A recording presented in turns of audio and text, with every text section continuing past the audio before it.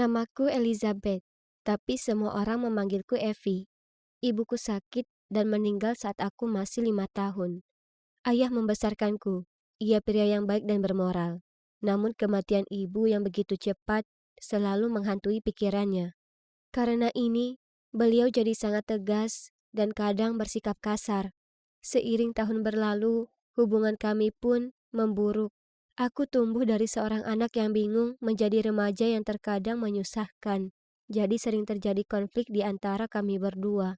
Saat itu, aku kira aku benci ayahku karena ia nggak mengizinkan aku menjalani hidup selayaknya remaja normal. Aku nggak boleh ngajak teman atau pergi ke pesta. Dan untuk urusan cowok, ia melarangku pacaran sampai aku berumur 21. Konyol sekali ayah ini. Satu-satunya pelarianku adalah lewat buku harianku. Ini adalah tempatku menuliskan tentang cowok-cowok ganteng yang kusuka, betapa payah cewek-cewek jahat di sekolahku, dan betapa nggak adilnya ayah. Melampiaskan semua frustasiku di buku harian milikku, membuatku mampu menghadapi kehidupan. Buku harian itu bagai satu-satunya tempat rahasiaku di mana aku bisa hidup jadi diri sendiri, tanpa peduli kalau orang sampai tahu dan menghakimiku. Namun suatu hari aku masuk ke kamarku dan mendapati ayah sedang membaca buku harianku. Aku marah besar dan mengatakan hal yang gak pantas kepadanya. Ayah sangat marah sampai ia menamparku. Ayah gak pernah sekalipun memukulku. Dan begitu ia melakukannya, ia terlihat sangat menyesal. Ayah mencoba minta maaf, tapi aku sedang penuh amarah. Jadi kumasukkan beberapa bajuku ke dalam tas ranselku, berlalu darinya dan pergi dari rumah. Ayah terus menelponku dan mengirimiku lusinan pesan memohon agar aku pulang. Kuacuhkan semuanya. Aku berjalan tanpa tujuan untuk beberapa saat.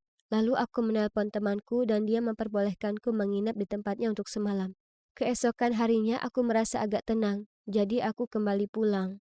Ada sebuah ambulans di sana dan tetangga sebelah rumah kami menangis. Ayahku meninggal karena stroke. Aku kalut. Aku sayang ayahku, tapi beliau meninggal dalam keadaan mengira aku membencinya. Rasa sakitnya hampir tak tertahankan. Aku tinggal bersama tanteku di kota lain dan mencoba membangun lagi hidupku. Kemudian, suatu hari aku menerima sebuah pesan dari nomor telepon yang asing. Aku sangat bangga padamu, Evie. Tolong jangan lupa itu. Ayahmu tersayang. Aku menatap pesan itu keheranan. Apa ini ide lelucon gila seseorang? Aku mengabaikan pesan itu, tapi selama beberapa minggu berikutnya pesan-pesan itu berlanjut. Pesan-pesan itu berisi informasi yang hanya ayahku yang tahu. Misalnya cerita favoritku saat masih kecil, nama kucingku saat kanak-kanak, kemana kami bertamasya saat hujan, dan hal-hal semacamnya. Ini sangat gak masuk akal, tapi aku merasa seolah roh ayahku benar-benar bersamaku. Banyak kejadian aneh terus terjadi. Selain pesan-pesan itu, seekor burung robin bertengger di langkah jendela kamarku setiap pagi. Tiap kali kusingkapkan tirai, burung itu di sana menatapku. Saat aku kecil, ayah dan aku biasanya mengamati burung di taman. Ia sangat suka burung robin, karena menurutnya ada sesuatu yang mempesona dari mereka. Aku mendengar lagu favorit ayah, The Beatles, Here Comes the Sun, dimainkan di mana-mana. Lagu itu diputar di kantor, di toko-toko, di stereo mobil temanku, dan di bar saat aku bertemu teman-temanku. Semua itu begitu aneh, tapi sekaligus menenangkan. Aku selalu memikul beban rasa bersalah atas kematian ayah kemanapun. Aku menyalahkan diri sendiri, karena akulah yang minggat meninggalkannya. Lalu ia terkena stroke dan meninggal sendirian. Sekarang aku merasa ia gak marah padaku. Sebaliknya, rohnya selalu bersamaku untuk melindungiku.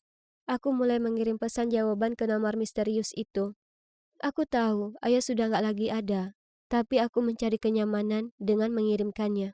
Kemudian aku mendapat pesan balasan yang berkata, Evie, ini waktunya kamu tahu kebenarannya. Tolong, bisakah kita bertemu jam 10 di bangku dekat pintu masuk utara Taman Finnegan?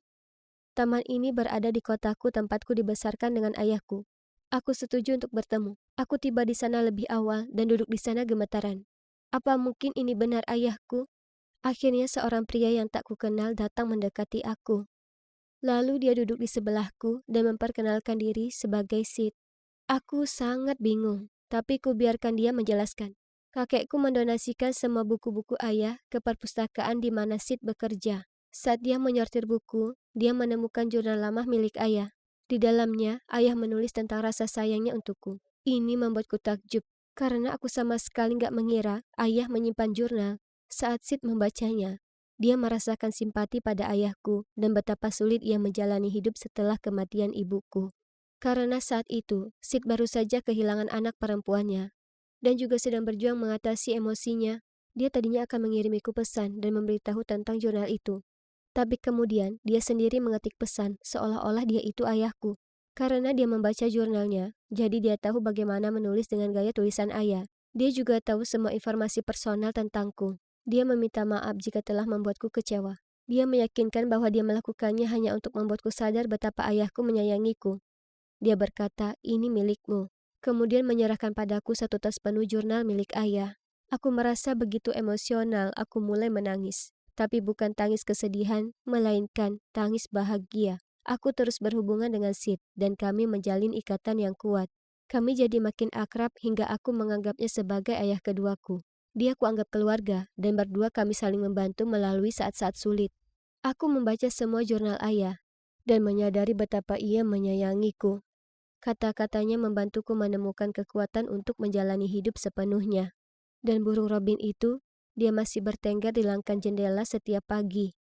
Ini mungkin cuma satu kebetulan, tapi aku lebih suka mempercayai itu sebagai pertanda dari ayah bahwa dimanapun ia kini berada, ia baik-baik saja dan sudah memaafkanku.